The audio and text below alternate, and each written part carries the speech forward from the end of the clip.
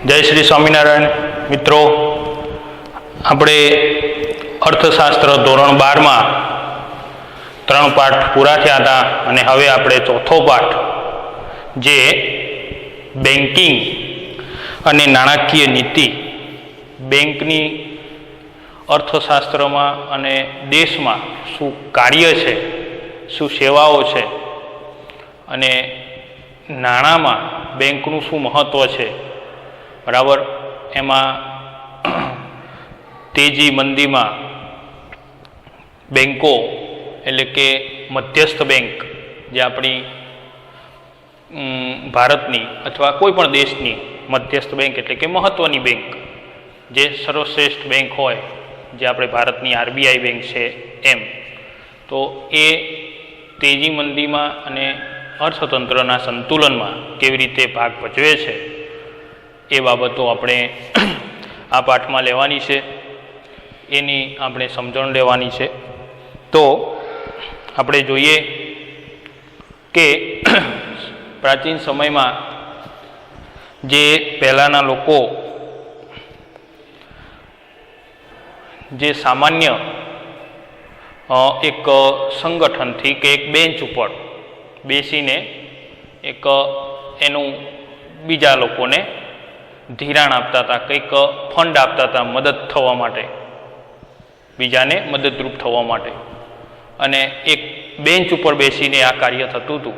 અને ત્યાર પછી એ શબ્દ ઉપરથી અહીંયા આપણને બેંક શબ્દ અસ્તિત્વમાં આવ્યો છે, એવી પણ એ ધારણા છે, બરાબર. આપણે બેંક શબ્દથી તો અત્યારે તો ખાસા એવા પરિચિત છીએ. અવારનવાર આપણને સરકારના કોઈ જનધન યોજનામાં કોઈ નાણાં આવે છે, શિષ્યવૃત્તિના નાણાં આવે છે અત્યારે તો બાળકોના એકાઉન્ટમાં. પછી ગેસની સબસિડી એ એકાઉન્ટમાં જમા થાય છે, એટલે આપણે બેંકમાં જવું પડે છે અને બેન્કિંગ કાર્ય આપણને માહિતી મળે છે.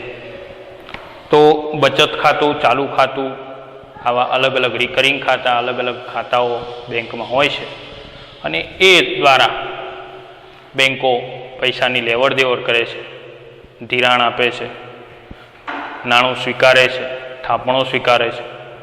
તો આવી રીતે બેંકના લેવડ દેવડ માટે બેંકનું ખાતું આપણે ખોલવાનું હોય છે.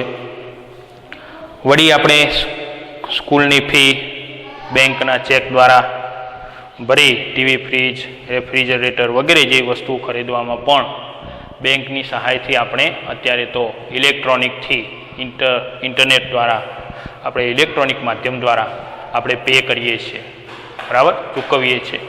એટલે કે સારી એવી સગવડ અત્યારે છે, જે બેંકમાં પણ જવું નથી પડતું, પણ બેંકોનું કાર્ય કરે છે. તો આ બધી બાબત છે. આમ આધુનિક યુગમાં આપણે બધા જ નાણાકીય વ્યવહારો બેંકો દ્વારા થાય છે.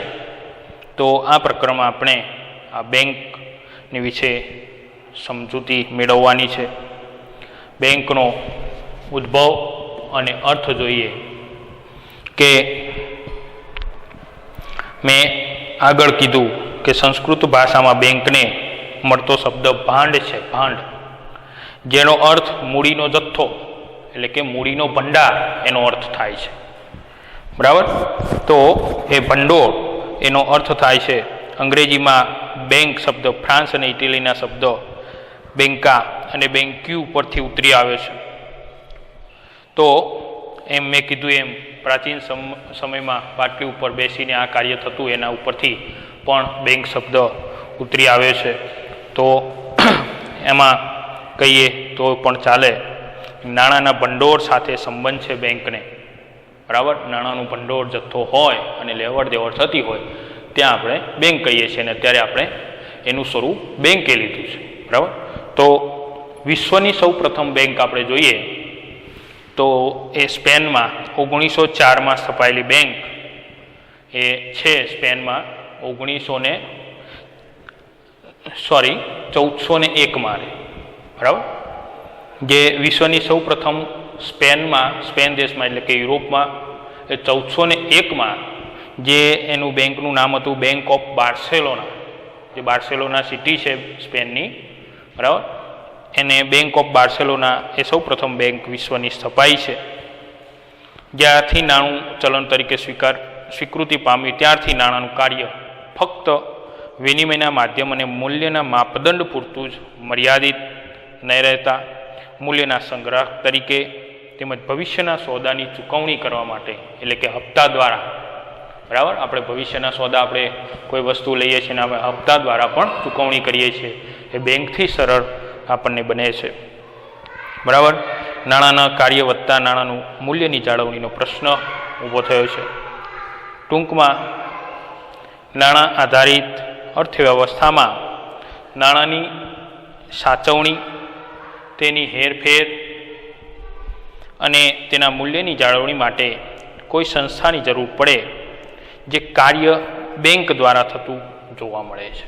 બરાબર, એટલે કે નાણાંની હેરફેર, એની સાચવણી, એનો સંગ્રહ, એના હિસાબ કિતાબ, તો આ બધી બાબતો જરૂરી છે અને એ વસ્તુ અત્યારે આપણે એ બેંક દ્વારા આપણને એ મળે છે, એ આપણે કરીએ છીએ, વ્યવહારો કરીએ છીએ. બેંકના અર્થ જોઈએ કે બેંકની એટલે કે જે સેવાઓ, બેન્કિંગ સેવાઓ આપતી સંસ્થા એટલે કે બેંક. બેન્કિંગ સેવાઓમાં ઘણી બધી સેવાઓ હોય છે, થાપણ સ્વીકારવાની, થાપણ આપવાની, બરાબર. અત્યારે તો લોકર પણ ખુલ્યા છે, આપણા સોના ચાંદીના જે ઘરેણાં હોય છે એ પણ બેંક આપણને સાચવે છે. થોડું ન્યૂનતમ આપણને એનું ભાડું ચૂકવવું પડતું હોય છે, પણ એ બેંક એ પણ કાર્ય એ કરે છે. તો બીજું, માંગવામાં આવે એટલે નાણાં પરત કરવાની શરતે, નાણાં પરત કરવાની, પાછા હાલવાની શરતે ધિરાણ કરવાના હેતુથી બચતો એકત્રિત કરતી સંસ્થાને બેંક કહે છે. બચતો એકત્રિત કરે છે, બરાબર, એનો મુદત સુધી એને રાખવાની હોય છે, પછી આપણને પાછી આપે છે, અને આમ બચતો એકત્રિત કરતી આ સંસ્થા છે એને આપણે બેંક કહીએ છીએ. બેંક એટલે નફાના હેતુથી કાર્ય કરતી, નફાના હેતુથી.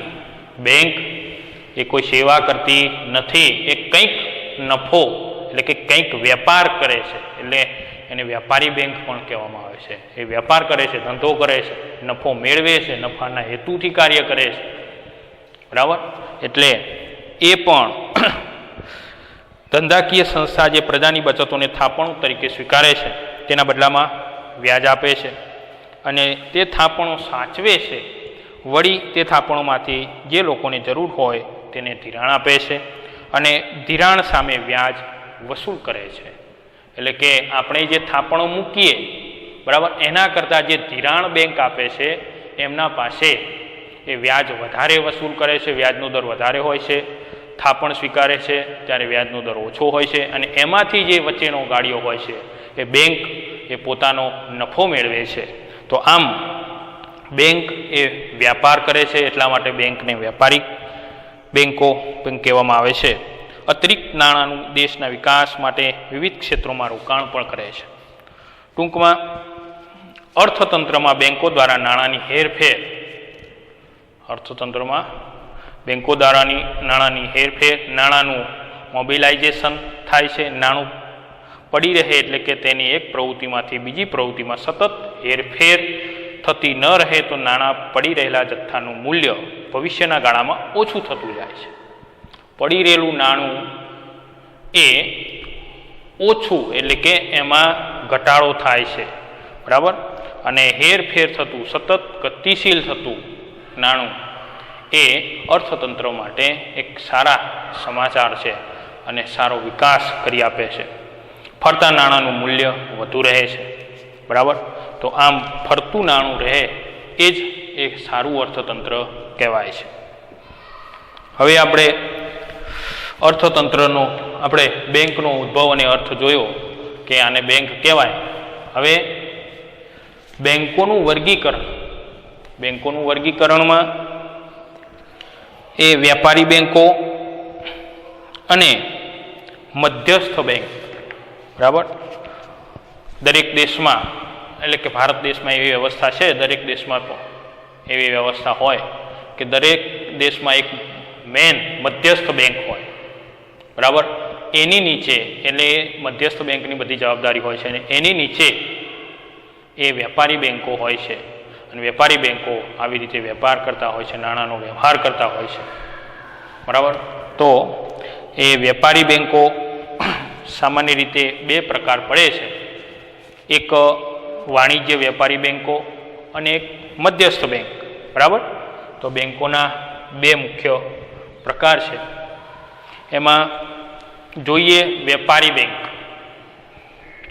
વેપારી બેંકમાં ભારતમાં 1949ની બેન્કિંગ કંપની ધારા મુજબ, ભારતમાં 1949ની કંપની ધારા મુજબ જે વેપારી બેંકો એટલે કે એવી સંસ્થા જે બેન્કિંગ અંગેના વ્યવહારો એટલે કે દેશમાં રોકાણ વધારવા માટે પ્રજાની થાપણો સ્વીકારે છે, જે ગ્રાહકને જરૂર પડે ત્યારે પાછી આપે છે, બરાબર, એટલે કે પાછી મળે, જેમાંથી ચેક, ડ્રાફ્ટ, પે ઓર્ડર વગેરે દ્વારા ઉપાડ થઈ શકે છે, બરાબર, જેમાંથી ચેક, ડ્રાફ્ટ, પે ઓર્ડર વગેરે દ્વારા ગ્રાહક મેળવી શકે છે, બરાબર. તો આવી રીતે જે વ્યવહાર થાય છે એને આપણે વેપારી બેંકો કહીએ છીએ.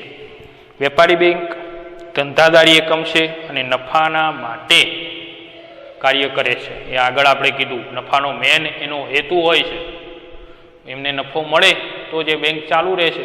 બાકી ઘણી બધી આપણે અવારનવાર એ આપણે વાતો સાંભળીએ છીએ કે આ બેંક તો ઉઠી ગઈ, કે આ બેંક બંધ થઈ ગઈ, આ બેંકને તાળા વાગી ગયા. તો આવી કોઈક એના સિસ્ટમમાં કંઈક ખામી હોય, નફો અંતે ન વધતો હોય, ત્યારે એ વેપારી બેંકમાં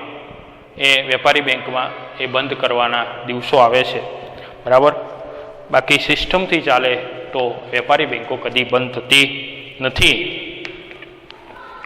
તો પ્રજા પોતાની બચતો આવી બેંકમાં જમા કરાવે છે, જેને બેંક થાપણના સ્વરૂપમાં સાચવે છે, અને જે થાપણો બેંક અન્ય કાર્યોમાં રોકે છે, એટલે કે જે બીજા કાર્યોમાં પણ સરકારી જામીનગીરીઓમાં રોકે છે, બીજાને સરકારને પણ એ વ્યાજ દરે એ આપે છે, બીજા ગ્રાહકોને પણ વ્યાજ દરે આપે છે એ થાપણો બેંકો.